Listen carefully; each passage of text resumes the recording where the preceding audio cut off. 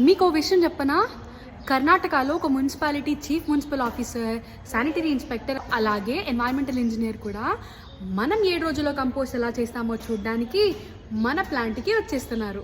మరి మీకు ఎలాగో తెలుసు కదా మనం కంపోస్ట్ ఎలా చేస్తామో, మరి నాతో పాటు వాళ్ళకి ప్లాంట్ చూపిద్దాం రండి. I'm Vinay Kumar Valapkor, Chief Officer of Town Municipal Council, Karnataka. From Karnataka, Haveri district I have come.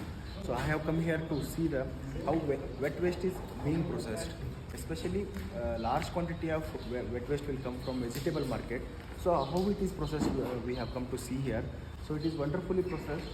From the day one, within 7 days it is being processed. It is very happy to see that, because in our municipality it takes almost 30 to 40 days.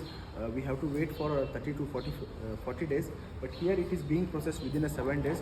So we wanted to learn how it is being processed. For that, for a study purpose, we have come here. Very happy to see this